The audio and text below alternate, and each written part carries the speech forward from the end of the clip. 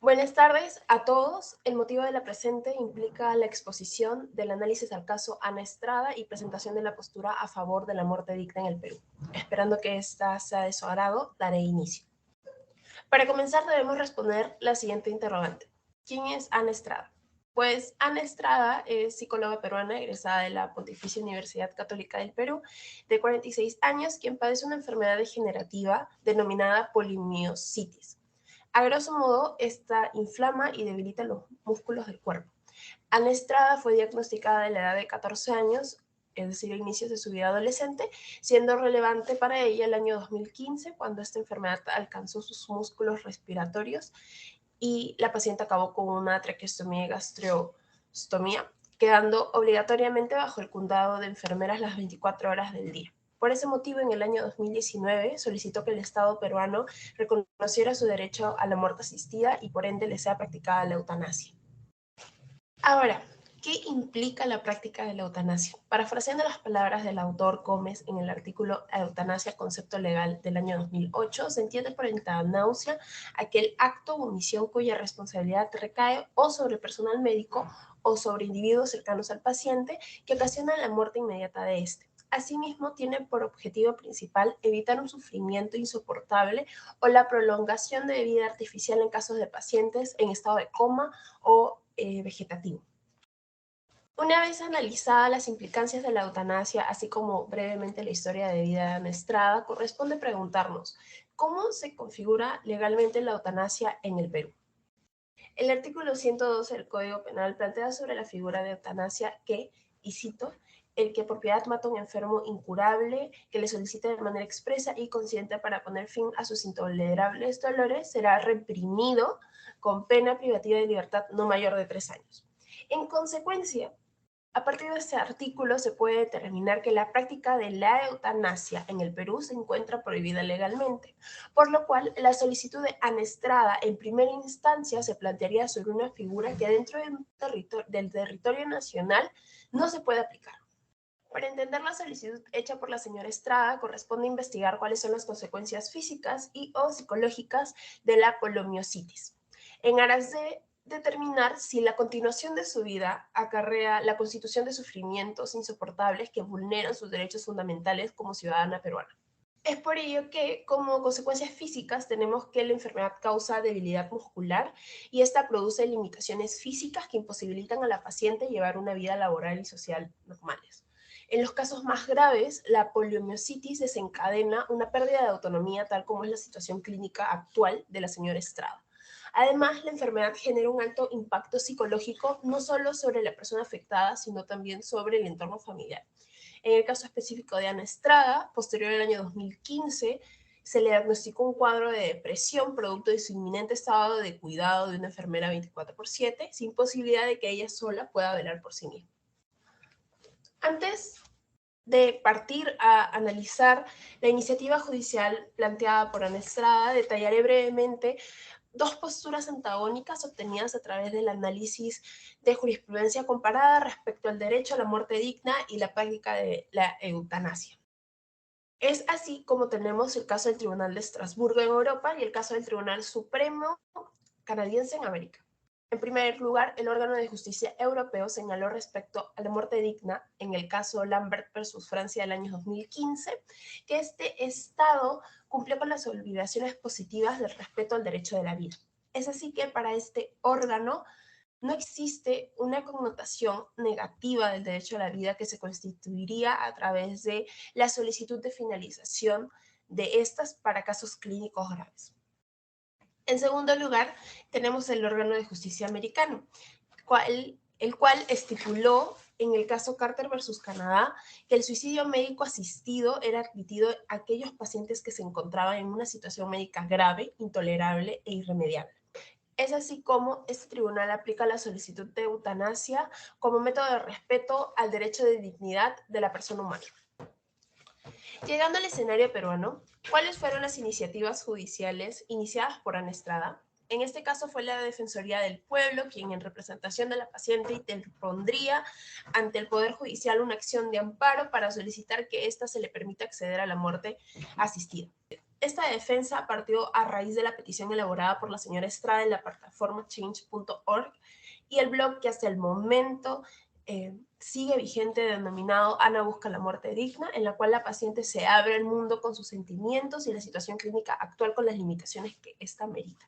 Entonces nos corresponde hacernos la siguiente pregunta. ¿Cuál fue la postura definitiva adoptada por el Poder Judicial? En este escenario, el 11º Juzgado Constitucional de Lima reconoció el derecho de la señora Estrada a una muerte digna a través de la práctica de la eutanasia. En consecuencia, ordenó a las instituciones de salud del país a respetar dicha decisión y finalmente ordenó la despenalización solo en su caso del artículo anteriormente invocado y en consecuencia los médicos que asistan a la señora Estrada en su decisión de morir dignamente no serán procesados penalmente siempre y cuando sus acciones sean concordantes con el control de legalidad del país. Finalmente, corresponde preguntarse, ante el análisis detallado previamente, ¿cuál es mi postura personal al respecto?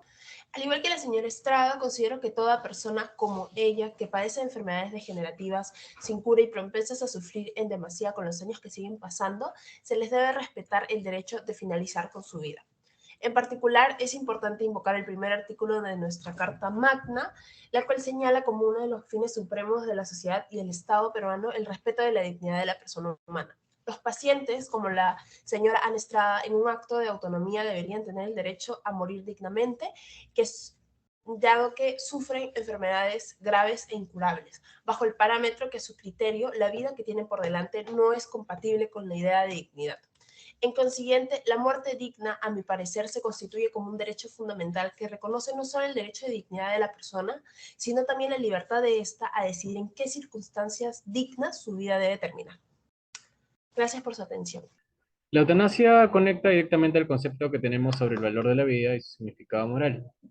En el caso de Ana Estrada se toma el valor de la vida enfocándose en su calidad, identificándose como un estado de vida deplorable para cualquier ser humano.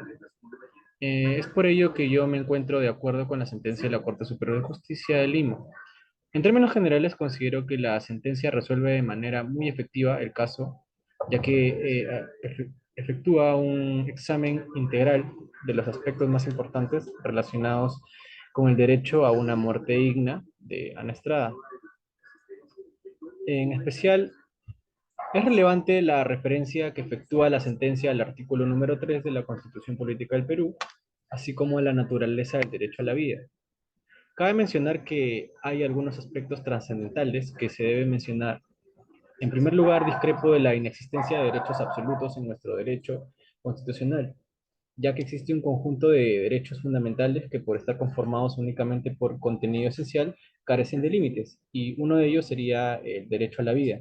Ahora, si bien es cierto, considero que el derecho a una muerte digna constituye una parte esencial del derecho a la vida, puesto que este último no puede entenderse como una simple existencia, sino que debe entenderse como vivir con dignidad, lo cual encontraría seriamente afectado por el padecimiento de una enfermedad incurable, degenerativa, ya que afectaría seriamente a la persona, siendo posible entonces poner en fin a dicho sufrimiento sin que ello genere consecuencias penales. Gracias. Para empezar, he de mencionar que me encuentro a favor de la eutanasia. Dicho esto, pasaré a mencionar que la libertad de tomar decisiones es una de las pocas libertades que tiene el ser humano, por lo que, en mi opinión, sí estoy de acuerdo con la sentencia emitida por el 11º Juzgado Constitucional de la Corte Superior de Justicia de Lima en favor de que pueda aplicarse la eutanasia a Ana Estrada, ya que ella sufre de una enfermedad terminal. Ana Estrada se define como una activista de su derecho a una muerte digna y una defensora y guardiana de su libertad. Hoy su nombre es sinónimo de lucha, resiliencia, coraje y fortaleza. Es una mujer defensora de los derechos humanos que en su lucha por la defensa de los suyos ha peleado por los de todos. A sus 12 años le diagnosticaron poliomiositis, una enfermedad muscular degenerativa progresiva e incurable, que va debilitando sistemáticamente sus músculos, intentando de todo para frenar su avance, pero no pudo. Hoy, a sus 44 años, se encuentra paralizada casi todos sus músculos de su cuerpo. Como cualquier ser humano, quiere evitar el sufrimiento que afronta al final de sus días, y por ello busca tomar el control sobre su vida. La batalla que lleva Ana se volvió judicial en octubre del 2019. cuando la Defensoría del Pueblo asumió su caso. Ahí empezó un trabajo en equipo meticuloso, dedicado y constante en el frente legal y mediático. Tras meses, fue presentada la demanda de amparo a su favor con el fin de inaplicar el artículo 112 del Código Penal, que sanciona como delito la eutanasia. De esa manera se garantizan los derechos fundamentales que le asisten, vulnerados o amenazados por la norma.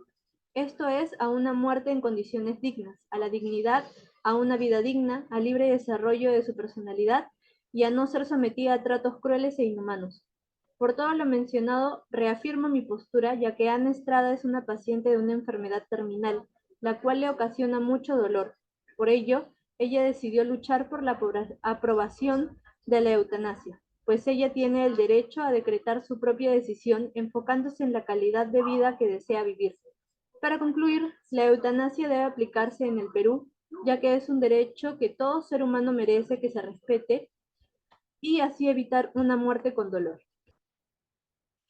¿Qué tal? Considero que nos encontramos frente a un caso de concurso de derechos, puesto que si bien como objeto principal de la Constitución Política del Perú se encuentra el amparo en concordancia con el respeto y violación de la vida de todos los ciudadanos, hay que tener en cuenta lo que se considera el derecho a la libertad individual que poseemos nosotros como seres humanos. En consecuencia, el ordenamiento jurídico debe respetar tal en todos sus extremos posibles.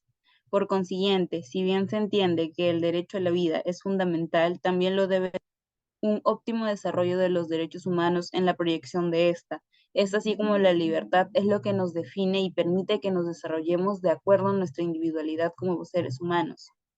Asimismo, dentro de la particularidad que posee el caso de Ana Estrada, planteo que el Estado peruano debe respetar su derecho a desarrollar libremente su vida, incluyendo dentro de tal concepción la conclusión de la misma. Por lo tanto, el órgano jurisdiccional y las entidades de salud nacionales deben velar porque este proceso se dé bajo un concepto de legalidad e institucionalidad que permita a los pacientes morir dignamente. En síntesis, me encuentro de acuerdo con la solicitud planteada por Ana Estrada, pues con el acceso a la eutanasia se está respetando su voluntad e individualidad como persona al elegir cómo desarrollarse dentro de la sociedad. Finalmente, el Estado peruano debe defender el derecho a la vida, más no interponerse al momento de tomar decisiones sobre esta, puesto que se estaría yendo en contra de la libertad y la autonomía de los ciudadanos, es decir, en contra del derecho a la libertad que nosotros poseemos como seres individuales. Muchas gracias.